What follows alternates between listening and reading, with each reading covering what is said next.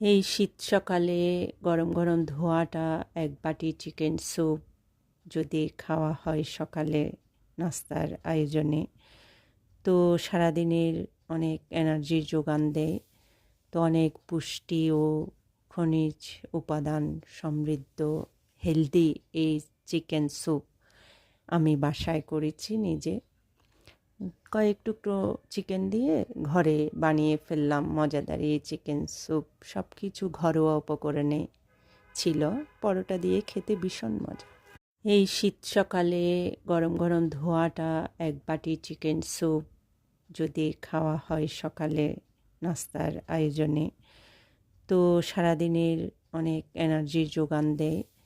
তো অনেক পুষ্টি ও খনিজ উপাদান সমৃদ্ধ হেলদি এই চিকেন স্যুপ আমি বাসায় করেছি নিজে।